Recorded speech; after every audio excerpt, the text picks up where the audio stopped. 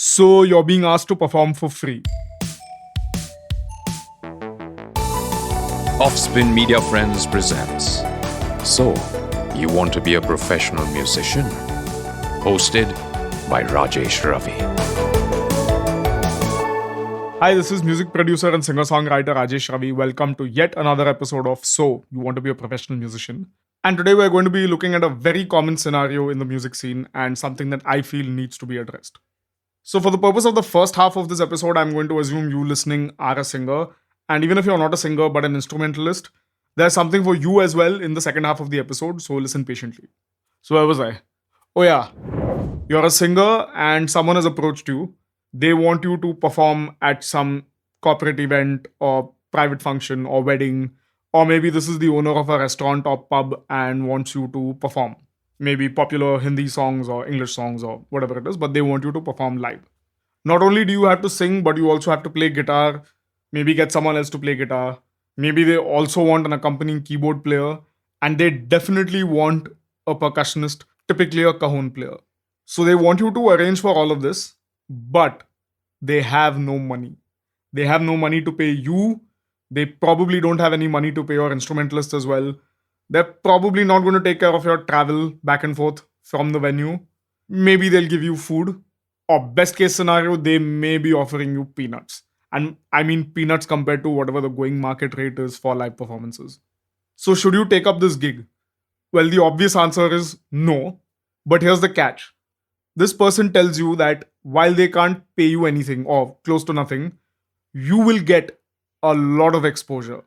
And this is something I have heard and seen being advertised so many times, which is why I felt like making this episode. So, what do you think? Is it worth playing for exposure? Well, that's not really the question to ask. The question is, what do they mean by exposure? Like, seriously, what does this exposure entail? So, let's look at different scenarios and see what exposure could mean.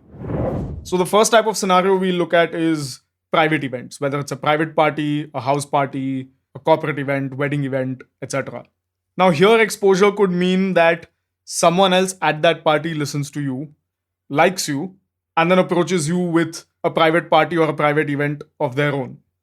Now, while the chances of this happening are not absolutely zero, they are pretty low. Now, of course, if the person who approached you made it very clear that, the reason they're not paying you or paying you very little is because they're just testing you out, and there are going to be many other people there who host events regularly, and if they like you, then they will eventually get you paid work.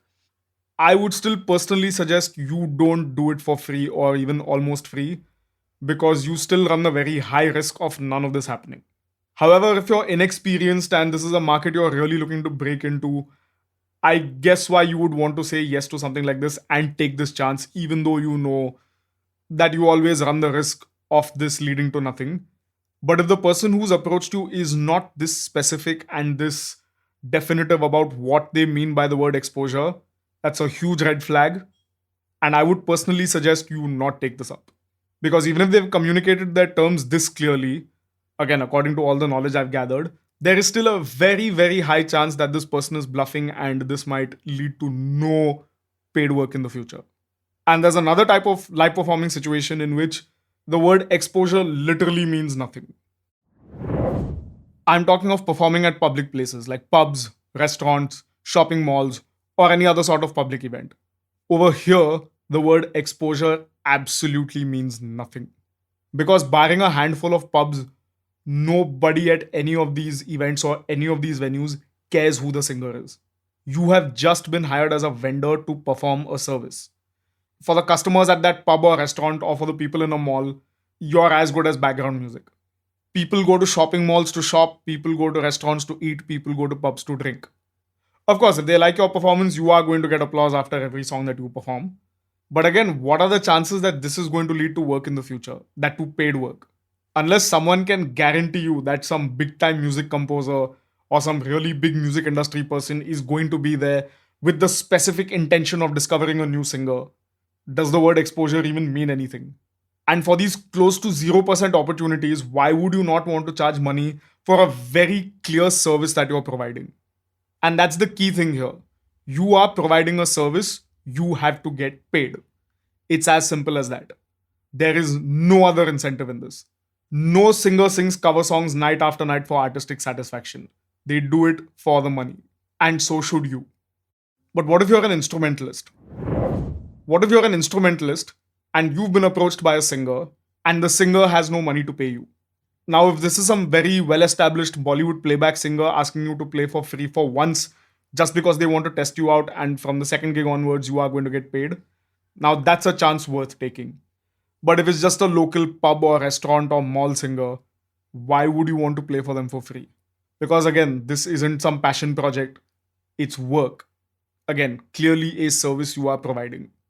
And of course, there's a very high chance that the singer may say that the reason they're not paying you for this gig is because they want to test you out, and from the next gig onwards, they'll start paying you. Well, why can't they just pay you for the first one? They've obviously rehearsed with you. They obviously know you're good enough to play live, otherwise, they wouldn't be hiring you in the first place. So, why can't they pay you? And again, if this is a singer who has accepted one of those play for free deals, there is still zero incentive for you to do this for free. Because again, what is the guarantee that this singer will keep getting paid in the future and not just keep getting walked all over? And just because a singer gets walked all over, should you? And the same logic can be applied for singers from the first scenario. If someone's asking you to do the first one for free because they start paying you from the next one onwards, what is the guarantee they'll call you for the second one? Well, I can go on and on about this because I have friends and I even know other musicians who have been duped in the name of exposure. So remember, if you're taking up any work and you're not getting money, you should get something out of it. Or conversely, if you're getting nothing out of it, then you definitely need to get paid. You just listened to So You Want to Be a Professional Musician, hosted by Rajesh Ravi, produced by Offspin Media Friends.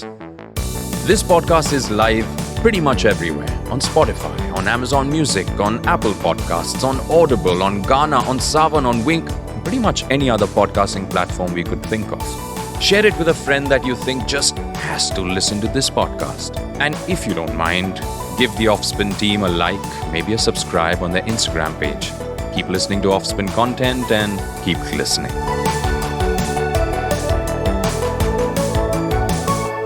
The opinions expressed in this show are personal to the guests and the host and do not necessarily represent the opinions of the producer or the platform. This show does not intend to defame and denigrate any individual or organization in India or outside. The show is created for entertainment purposes only. It does not encourage smoking, drinking, or any kind of substance use. It may contain the use of harsh language that may be considered offensive, rude, or profane by the listeners. It may also contain incidents that mention or describe mental health issues, casteism, suicide, and violence. Listeners are advised to use their discretion.